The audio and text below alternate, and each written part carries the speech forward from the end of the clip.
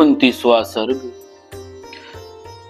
सीता जी का श्री राम के समक्ष उनके साथ अपने वनगमन का औचित्य बताना।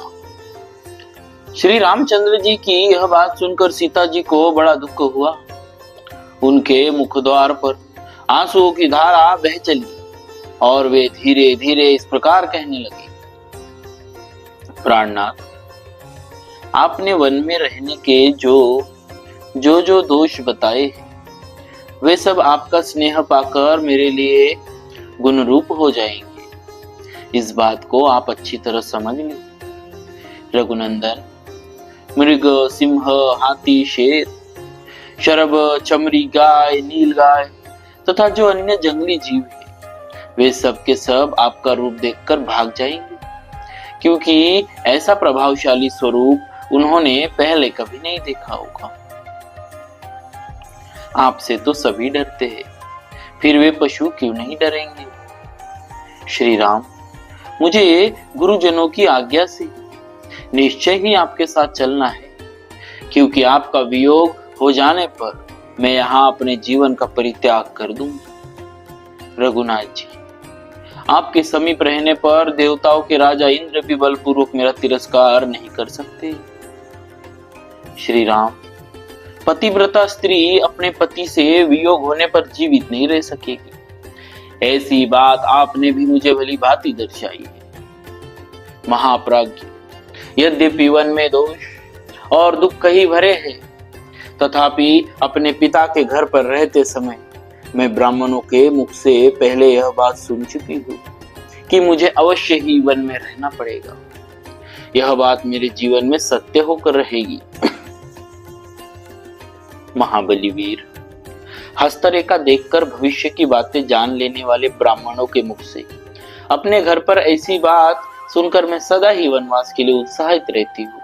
प्रियतम, ब्राह्मण से ज्ञात हुआ वन में रहने का आदेश एक न एक दिन मुझे पूरा करना ही पड़ेगा।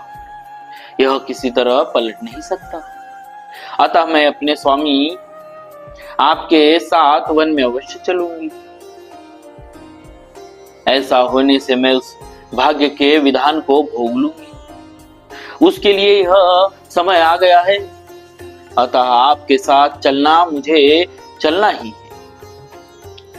इससे उस ब्राह्मण की बात भी सच्ची हो जाएगी। वीर, मैं जानती हूँ कि वनवास में अवश्य ही बहुत से दुख प्राप्त होते हैं, परंतु वे उन्हीं को दुख जान पड़ते हैं जिनकी इंद्रिया और मन अपने वश में नहीं है।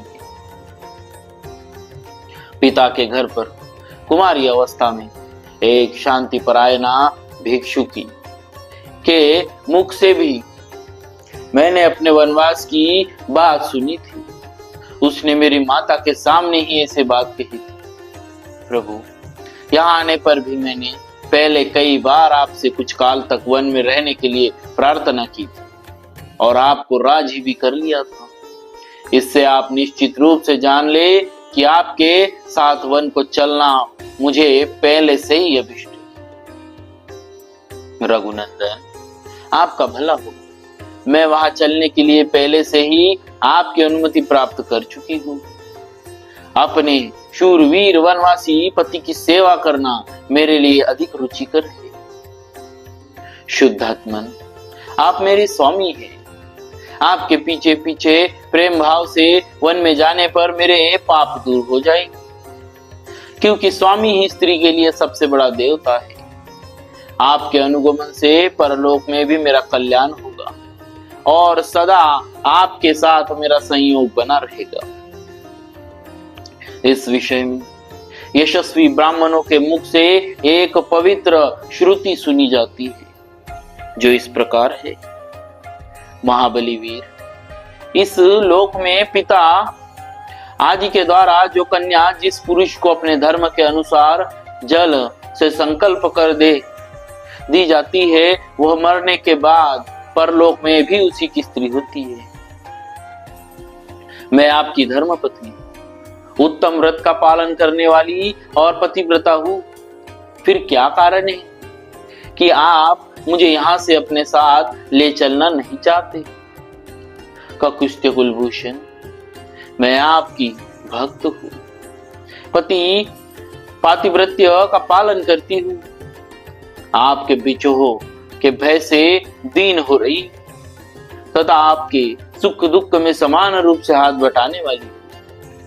मुझे सुख मिले या दुख, दोनों अवस्थाओं में सम रहूं। हर्ष या शोक के वशीभूत नहीं होंगी, अतः आप अवश्य ही मुझे साथ ले चलने की कृपा करें। यदि आप इस प्रकार दुख में पड़ी हुई मुझ सेविका को अपने साथ वन में ले जाना नहीं चाहते हैं, तो मैं मृत्यु के लिए विष खा लूंगी, आग में कूद पड़ूंगी अथवा जल में डूब जाऊंगी। इस तरह अनेक प्रकार से सीता जी वन में जाने के लिए याचना कर रही थी, तथापि महाबाहु श्री राम ने उन्हें अपने साथ निर्जन वन में ले जाने की अनुमति नहीं दी।